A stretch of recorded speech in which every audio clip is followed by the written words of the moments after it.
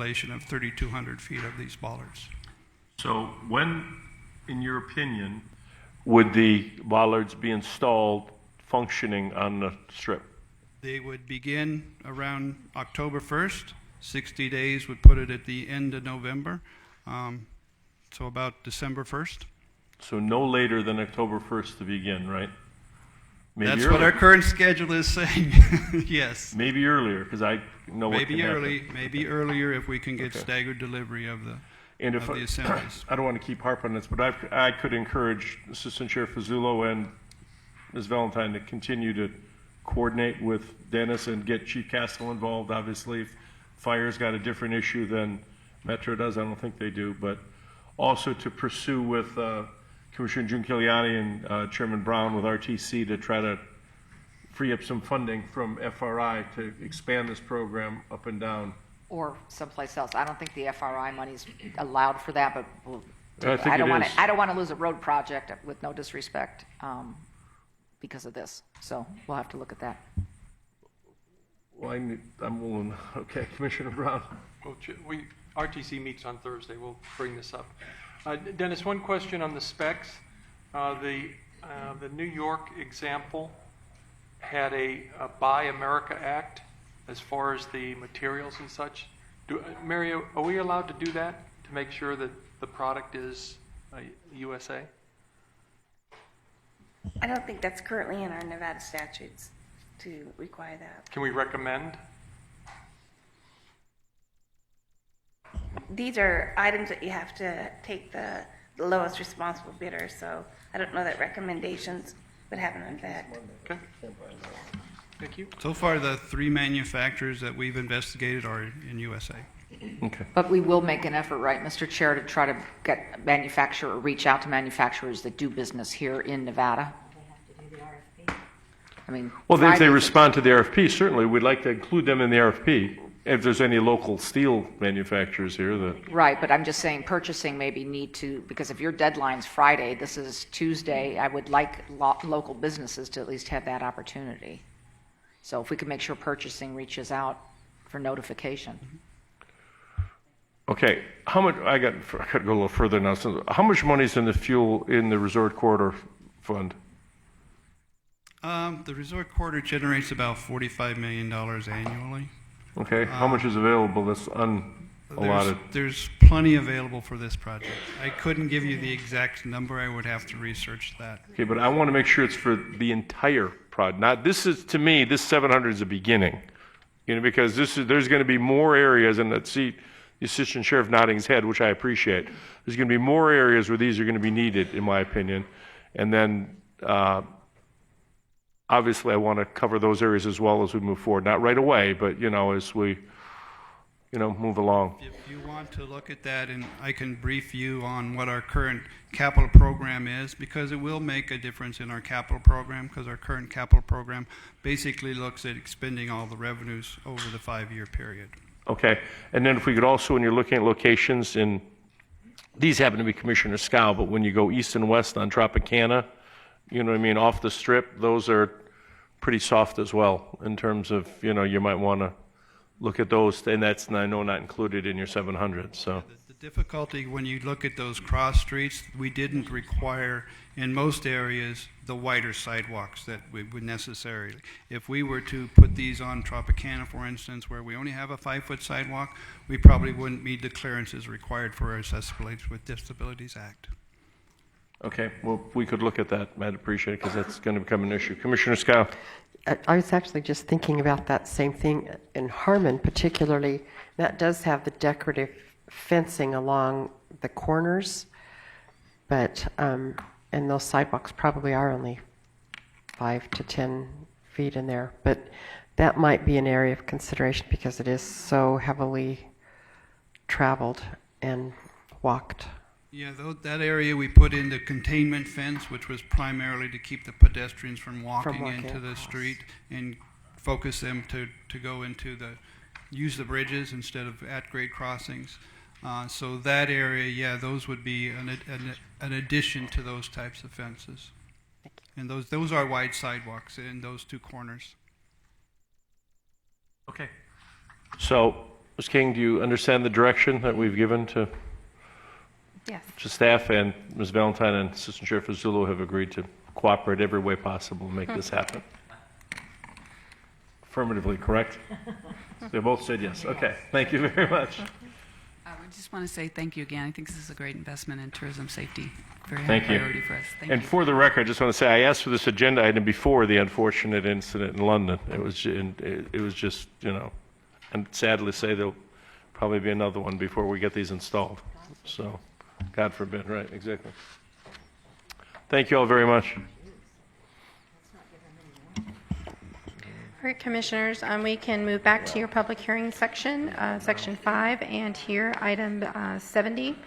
Item 70 is to conduct a public hearing and approve, adopt, and authorize the chairman to sign an ordinance to amend Title 8 of the Clark County Code by adding a new Chapter 8.65, Retail Marijuana Establishments, and amending Title 12, Section 12.06.030, and Title 24, Section 24.34.030, concerning the licensing, regulation, and imposition of fees and exemptions for retail marijuana establishments and retail marijuana support businesses, and providing for other matters properly relating thereto. Ms. Holloway, you'd Yes. like to begin? Yes, sir. Good afternoon, Jacqueline Holloway, Director of Business License. Good afternoon, Chairman and Commissioners. We don't have a full presentation today, Your Honor. However, we do have members of the Green Ribbon Advisory Panel here, members from various associations and advocates. And so if we'd like to start with the public hearing, that would be fine. Yeah, Ms. Amundson, did you have something you wanted to present before we open the public hearing, or? I see Commissioner Reed just ran in the door here to make a comment, I think, so he's anxious. No, sir. We, again, would like to hear from the Green Ribbon Advisory Panel first. Okay. At this time, I'm going to open the public hearing. Anyone wishing to address the board during a public hearing, please step forward, identify yourself for the record. Comments to be limited to 3 minutes. I'll open up the public hearing on item number 70. Mr. Chairman, I apologize. I'm still standing here. Are we going to take 70 and 71 together, which is the business license and zoning item? Is it Ms. that- Miller? You can. Okay, do we have any objection to taking them together? Good.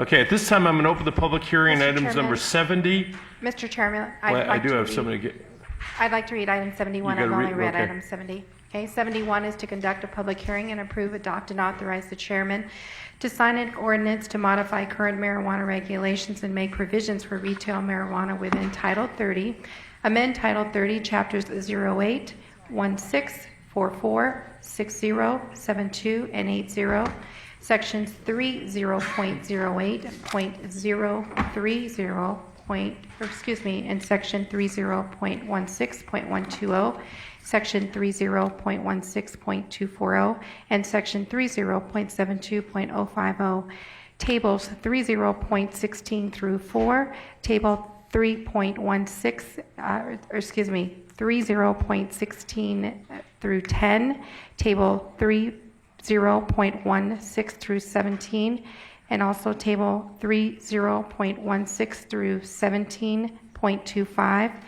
Table 30.44 through 1, Table 30.60 through 1, and Table 30.80 through 1, and Appendix F to update various land use requirements and procedures related to marijuana establishments and providing for other matters properly related thereto. I'm pretty sure I butchered those tables and appendices and all the other things listed there. I'm sure they're fine. Ms. Miller, I've got a question for you. I've got a time-certain item. We have to do it exactly 1 o'clock, which is the auction items on the property. We can do it anytime after 1 o'clock, we just can't do it before. Oh, that's not what they told me. So can we, as long as you're fine with that, but that's not, I'll confer with someone just and double okay, check and get back. okay. That being said, we'll get some advice as to whether or not we have to get off this at 12:45, because I've got to give the commission a chance to take a break before we get into the public auction. So that being said, I'm going to open the public hearing on items number 70 and/or 71.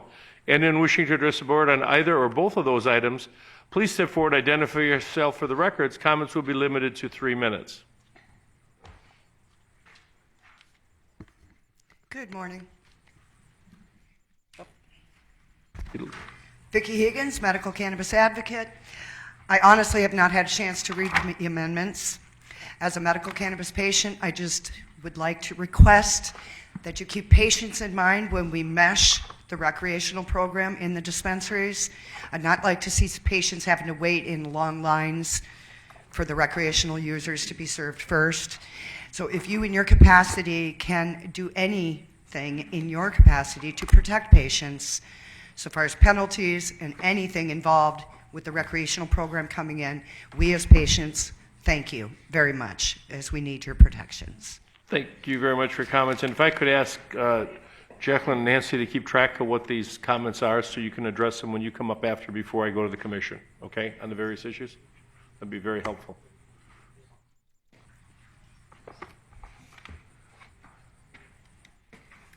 Good morning. Good morning. My name is Rob Moon, and I'm from 3312 Sun Terrace Circle in Las Vegas. I've been to a few meetings. I've attended a Green Ribbon Commission. I've been following this issue, quite closely for really a couple of years. In fact, I moved back to Nevada because of the legalization of the marijuana. And when it comes to what I've observed so far, it sounded like everyone was very much in favor of the July 1st, retail sales. No one really was objecting to that, and including the governor, I think, also really put a lot of money in the budget that he's expecting to get from that. What concerned me was that there was a delay proposed in the consumption lounges. And at a previous meeting, I think it was Commissioner Scow who said we should let Denver make some mistakes. And I would say that the mistake they made was that they allowed the sales without allowing for the consumption, and it ended up in the streets. So what I would say is that anything less than rolling them out together is really irresponsible, because we'll be, putting people in harm's way, saying, here, please buy this, but there's no place that you can legally use it without, hiding somewhere. And that's not what we want. So that was really the main point I wanted to make. Thank you. Thank you for your comments, and I'll ask staff to address the legislation that failed in Carson City as it relates to lounges.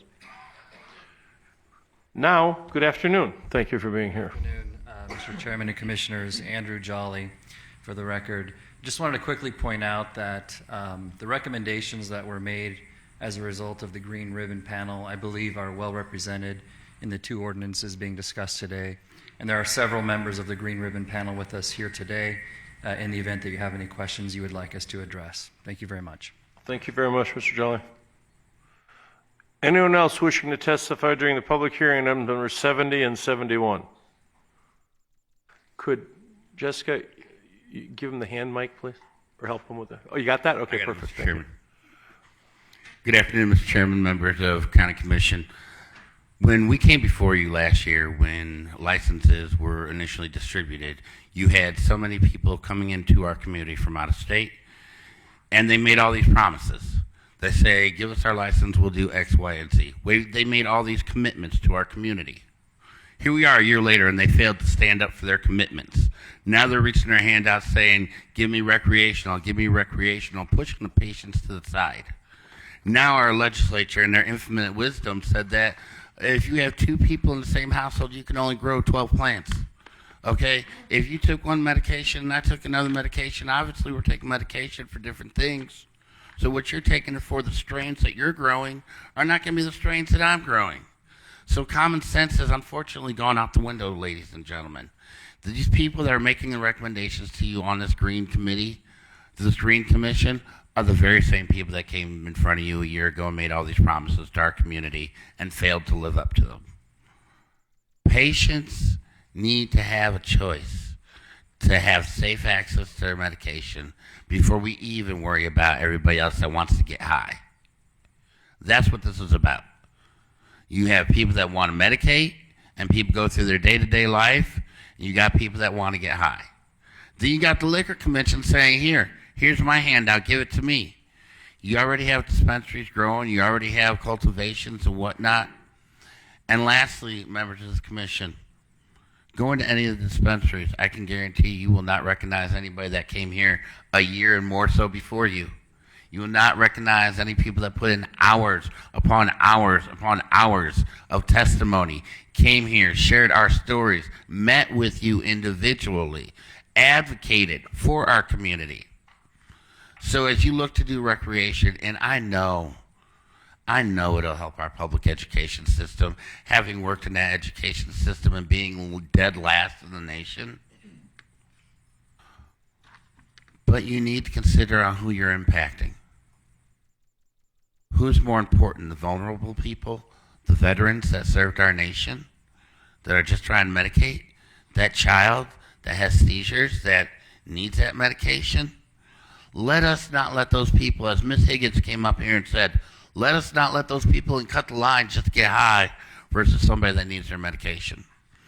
I urge you to more and more work with the people from our community, not the people that come to our community to take our money and not put our people to work.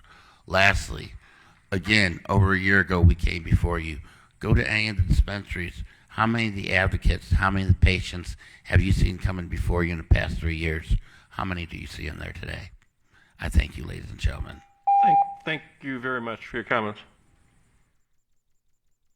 Mr. Gronauer, we're used to seeing you on Wednesdays. Good afternoon. Good afternoon. My name, for the record, Bob Gronauer, 1980 Festival Plaza Drive. I'm here representing Mr. John Ritter, who's here in the audience today. We are both here to say that we're in support of item number 70 and item 71. And we also want to thank your staff from Comprehensive Planning and Business License for putting all the time and effort into the proposed ordinances that are before you today. And in case if you guys have any questions, we're here to answer any questions that you may have. Thank you very much for your comments. Anybody else wishing to testify in the public hearing on items number 70 and 71? Anybody else? Mr. Reed, did I see your hand go up? I didn't? Okay. Seeing no one, last chance. Seeing no one, I'm going to close the public hearings on item number 70 and 71 and ask staff to address a couple of the issues that were raised.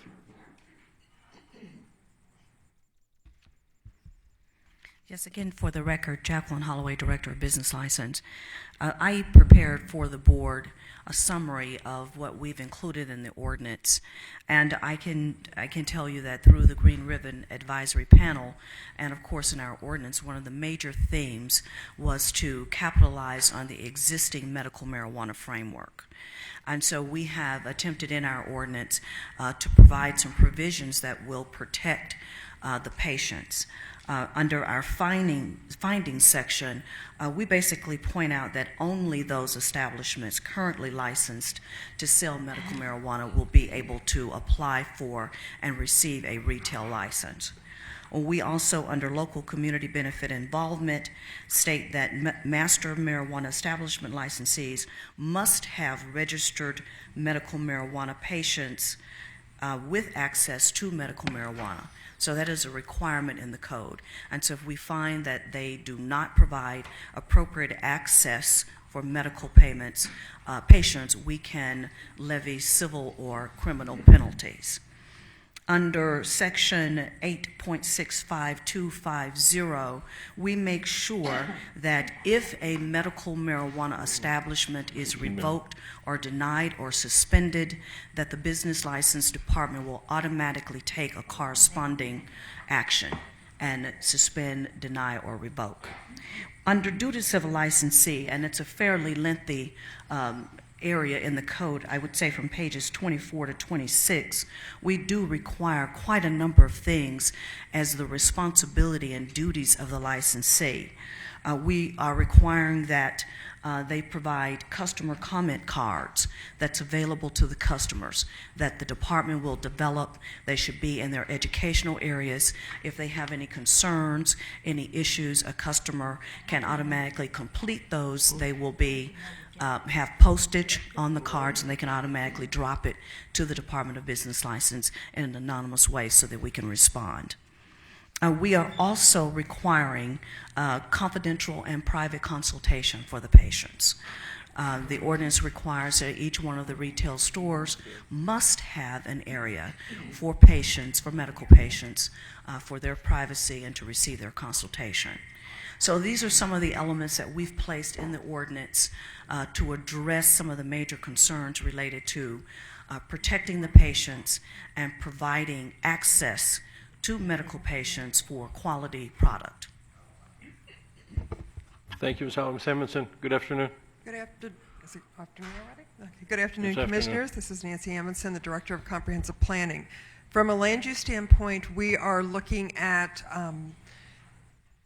the medical marijuana dispensaries today to be able to come in to request retail through the Board of County Commissioners approval. As you know, we did a very lengthy process to find the right locations for medical marijuana dispensaries. We feel that you looked at each site individually for medical marijuana, and if they want to add retail, it is a different component, and they need to come back and request retail. In addition, one of the gentlemen that spoke discussed the consumption lounges. We have not addressed that in our ordinance, and we will not be addressing that because that bill in the legislature died. It never made it to final vote. It never made it to the governor. So at this point, the way that the question read, it read that you could not consume marijuana in a public place. The legislation was going to define a public place and allow it in various areas. Again, it died, so the consumption lounges is a concept that cannot go forward because we don't have any enabling legislation. So from our standpoint, we're looking at medical and retail for the sale as different things. The board will have to make a decision on a case by case. Okay, so do you want to walk, I understand the business license part of it. You want to walk the board through how it's going to work in terms of the SUP for the land use decision? Okay, so for the, if this ordinance is adopted today, the board had directed us at a Wednesday meeting in May to allow applications from existing dispensaries once they were up and operating that had a business license, they had their certificate of occupancy, and we have 25 of them. So if this ordinance is adopted today, those 25 applicants will come to the next Board of County Commissioner meeting, Wednesday meeting on the 21st, and we will review the code writing. We will attend every town board meeting that has marijuana, retail marijuana applications on it, and we will do that next week. We will come back